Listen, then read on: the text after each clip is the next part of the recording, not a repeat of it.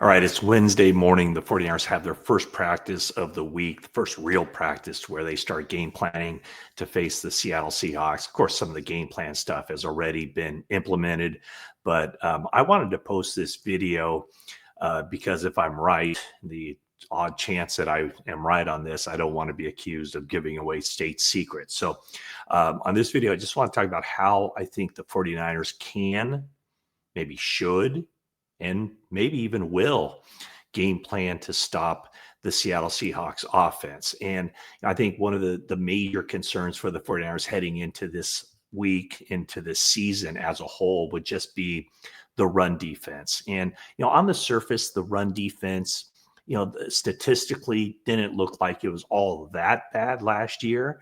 But I think the eye test proves differently or says differently. And, it's kind of interesting just looking at the stats. Last year, the 49ers averaged offensively 4.7 yards per carry. And that was even with Christian McCaffrey, out of the lineup for most of the season. The defense only gave up, and I say only, but they only gave up 4.4 yards per carry. So the 49ers offensive run game was better than the 49ers defensive run game was bad. 4.7 yards for the offense, while the defense gave up 4.4 yards.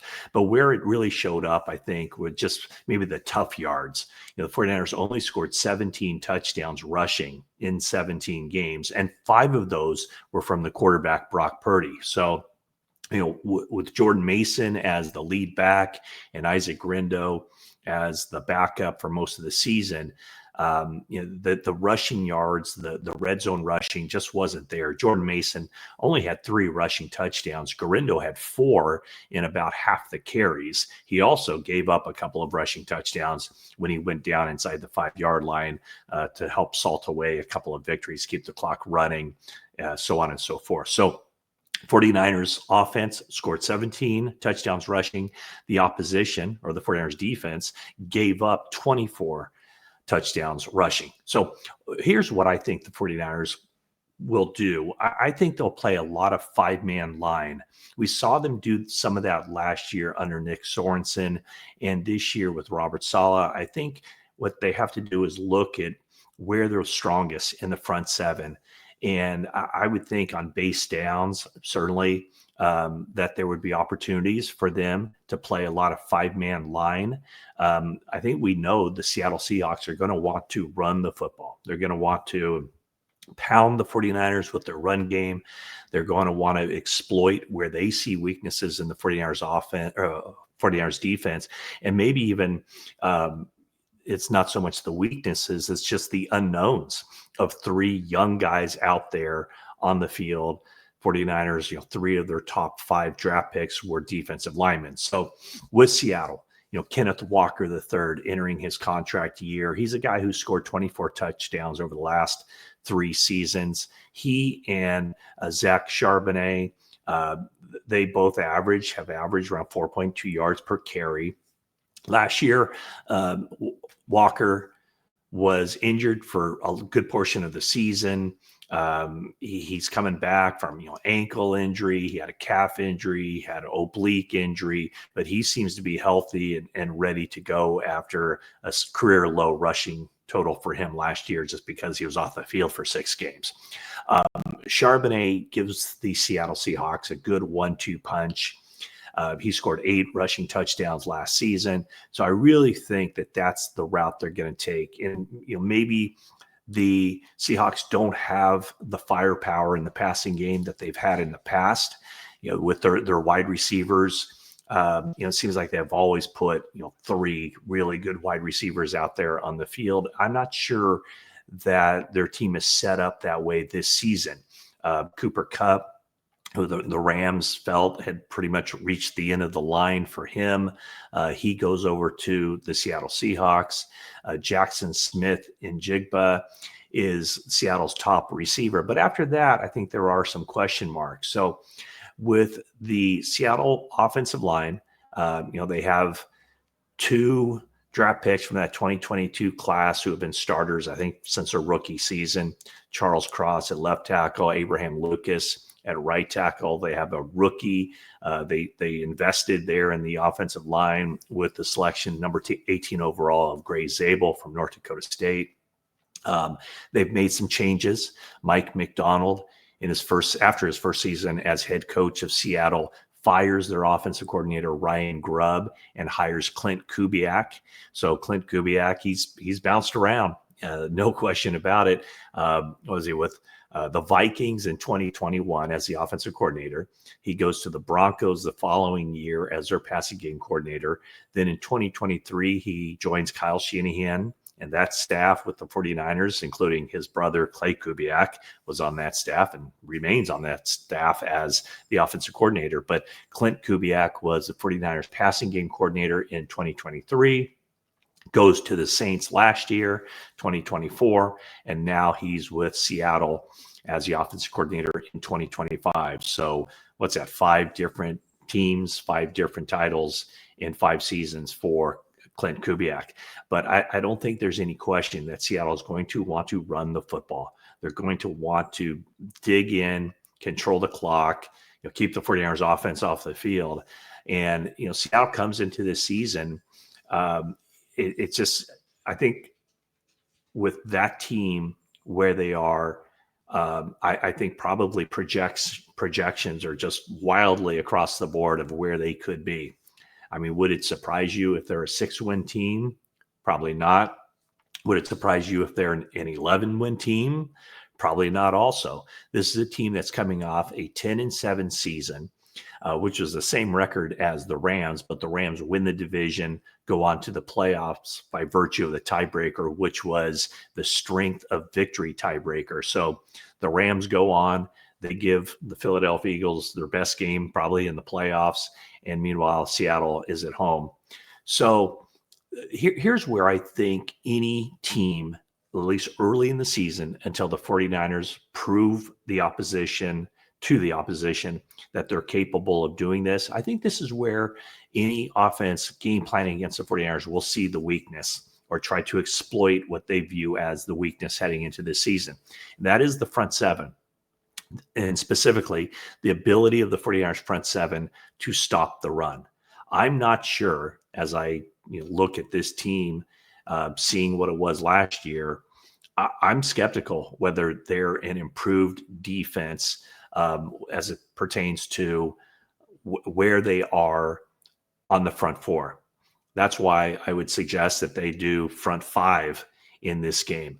But what their starting defensive line looks like right now, and this is from the 49ers unofficial depth chart, but I would also say that this is how I would expect them to line up on Sunday.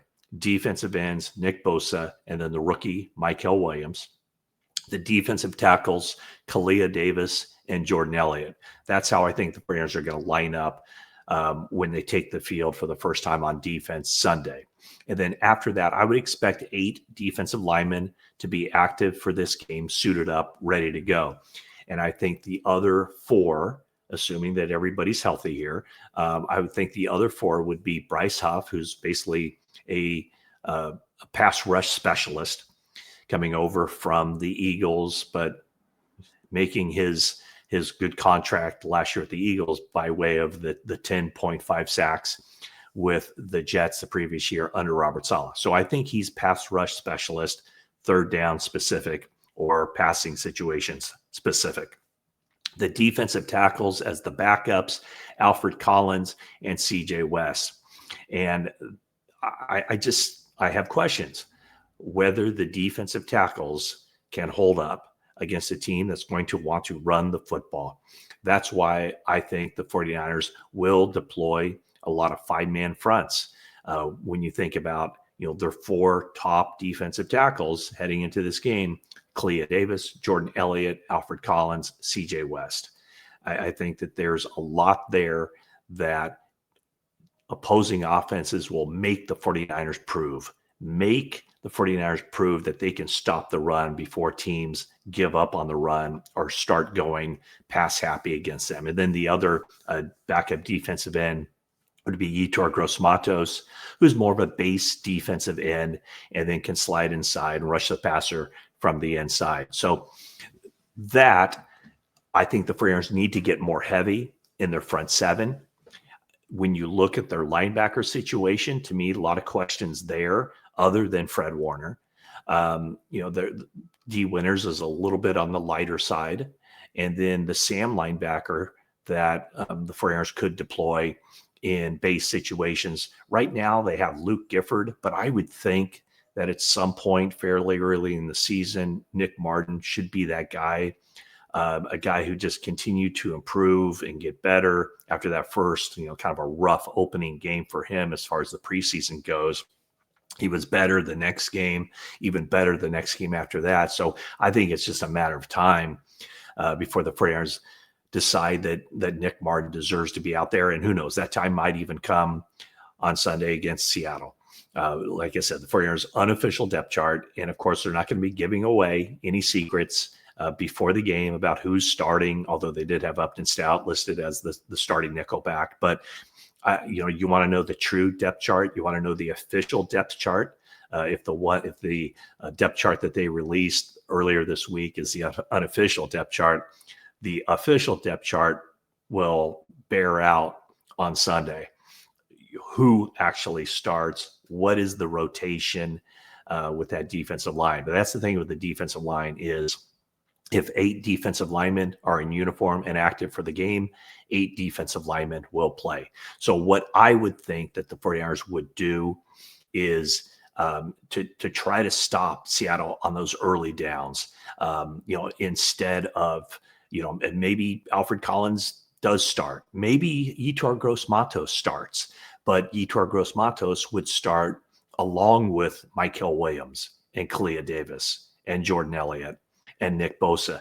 And then that way, the 49ers could have just 2 linebackers on the field, Fred Warner and D. Winters, and you don't have to worry, or they wouldn't have to worry about the Sam linebacker. So that strong side linebacker, that spot would basically be held by another defensive lineman. Now, if the Rams or if the Seahawks play a lot of 3 wide receiver sets, that kind of changes. 49ers would have to match up in certain situations, of course, by having 5 defensive backs out there. That's where Upton Stout would come into the game. And in essence, that nickel linebacker kind of plays a quasi, the nickel back plays kind of a quasi third linebacker position. So again, I just wanted to post this and give you my thoughts about how the 49ers strategically could go up against the Seattle offense. I don't think there's any state secrets. I think that Seattle is probably, preparing for everything. They know where the 49ers strengths and weaknesses are, or at least they have their own perception of where the 49ers strengths and weaknesses are on defense. And this is a 49ers defense that has a lot to prove in the sense that teams are going to go after them. They're going to identify where they think the weaknesses are. And then the 49ers, it's incumbent upon them to make those adjustments or, shut down where other teams are trying to exploit their defense, or else teams will just keep going after them game after game after game.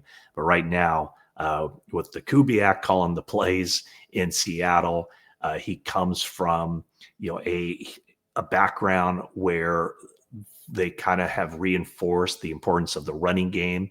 And that's the area where I think with Sam Darnold at quarterback coming off a good season with the Minnesota Vikings and getting the big payday and Seattle moving Geno Smith to the Raiders, I think this is going to be a very much a run heavy game for Seattle, trying to lean on Kenneth Walker III and Zach Charbonnet to try to really dig into the 49ers defense and exploit them and run the football and control the clock. So I think the 49ers will counter with a 5-man defensive line. So that's kind of the game inside the game and something to watch on Sunday. So I'll be out at Santa Clara a little bit later today for any updates injury-wise. It seems like the 49ers are going to be very injury free as far as the 53-man roster going into this game, with the one guy that appears as if won't be able to play, or won't even be able to be available, I should say, because Jordan Watkins is the player coming off the high ankle sprain. Even if he were healthy, not totally certain at this point that he would be active for this game, as the 49ers try to piece together that wide receiving core for this game. So anyway, thanks for watching this video, and that is it for now.